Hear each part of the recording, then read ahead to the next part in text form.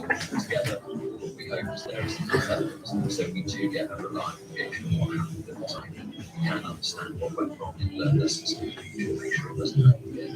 We contacted Lord Clark, a history source, but in his closing remarks, he told the inquiry, I'm sorry that in 13, 14 years later, they're having such difficulties in knowing the consequences for them and their families of the tragedy. And then I suspect something like an outlet for their feelings about this disaster that struck them or someone they've lost. the inquiry will now break for the summer, when it resumes those both infected and affected by the scandal. Hope it will finally bring them answers to years of unanswered questions. Michael Billington, ITV News. Ecstasy tributes have been paid to a Liverpool football fan who died 32 years after he suffered irreversible brain injuries in the crush of the Hillsborough disaster.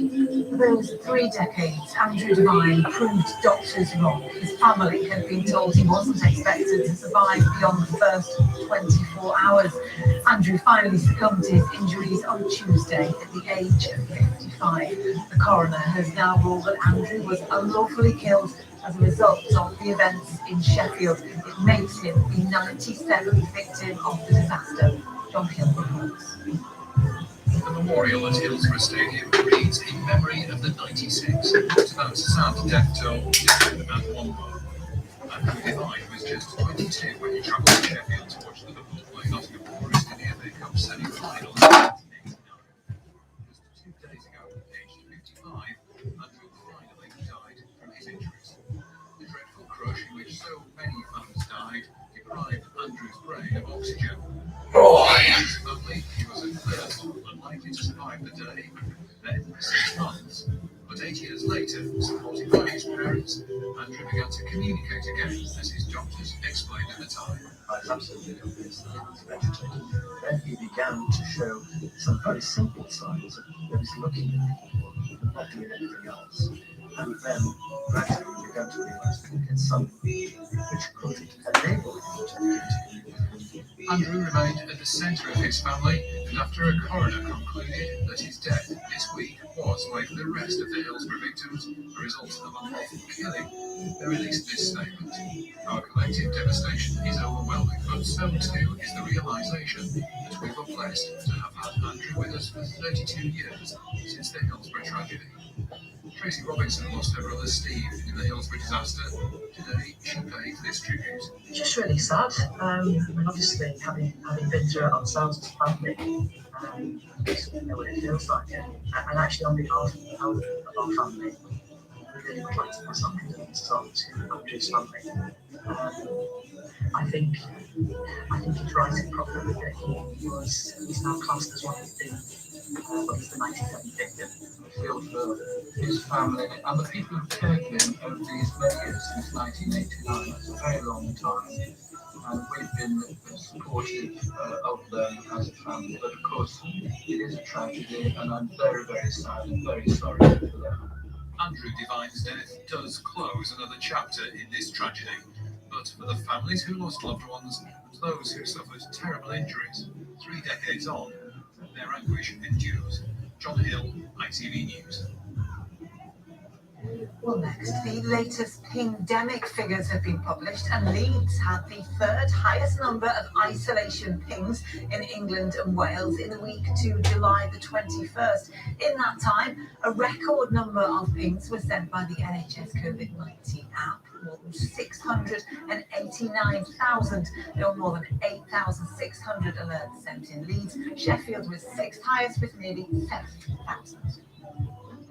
Well, our coastal resorts are warning people not to turn them into COVID hotspots as tourists flock to visit. There are particular concerns in Whitby, where crowds in its narrow streets have prompted calls for people to be sensible and try and respect locals. Well, Johnny Blair has been speaking to people there and sent this report. World famous and a tourist hotspot, Whitby has always welcomed crowds. It still does, but post restrictions, they're invited with a gentle warning.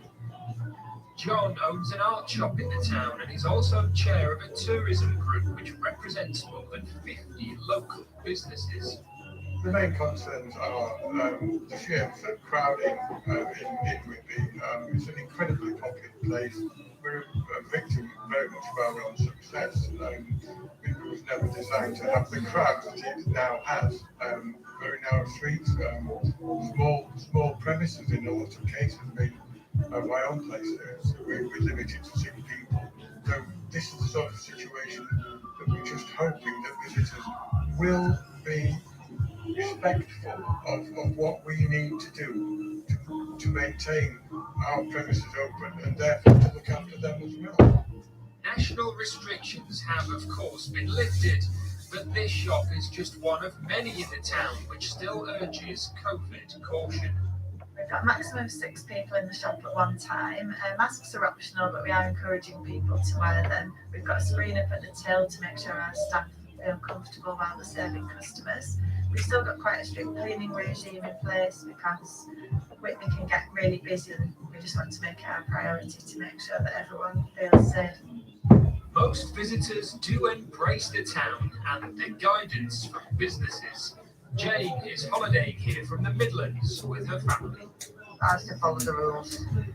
As long as, like I say, stay within 2 metres and avoid people wearing visits. That's it. The message then is to keep cool while the summer hots up and enjoy everything Whitby has to offer. Johnny Blair, ITV News. Well, stay with us because still to come, we catch up with the UK's CrossFit champion as she goes for glory at the World Championships.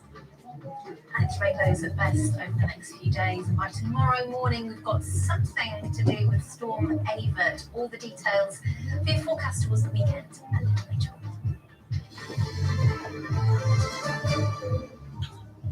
The teenager who drowned in a lake in North Lincolnshire earlier this week has been named by police.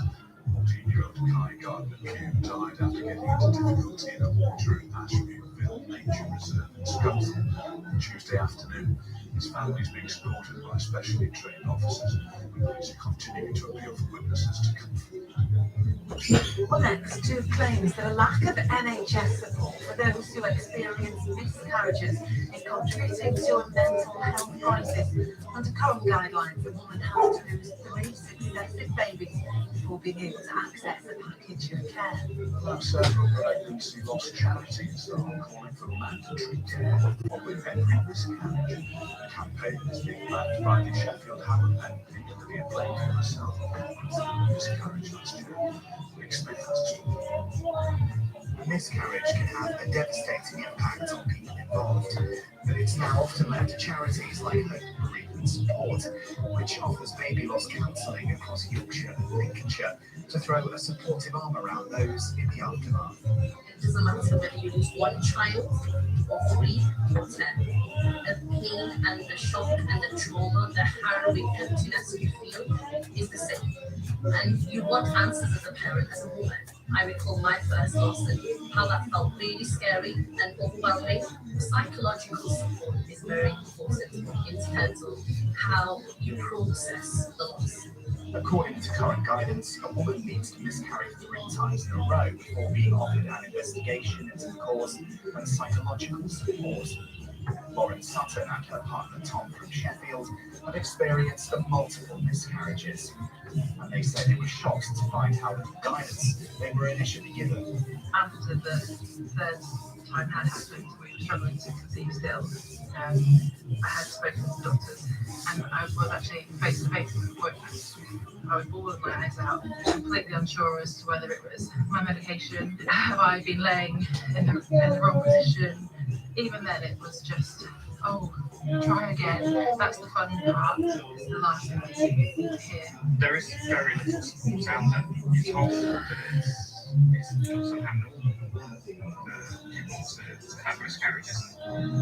It isn't. It doesn't feel like that. You were grieving for something that you never really had. You don't know how to deal with that. There isn't anything to tell you how to deal with that. 1 in 8 pregnancies reportedly end in miscarriage, but according to experts, that figure could be an underestimate. We don't actually know how many miscarriages there are in the UK because we don't count. It hasn't been considered to be important enough for us to count. But normal miscarriage has been seen as one of those things. the narrative has to change. Miscarriage is a major life event. It has consequences in terms of future recurrence of miscarriage, but also obstetric complications like stillbirth. And it has profound psychological implications for the future. So we need to reframe it as an important condition that should not be minimized by healthcare providers and policymakers. The loss associated with miscarriage is often minimized. And some policymakers are lobbying for change.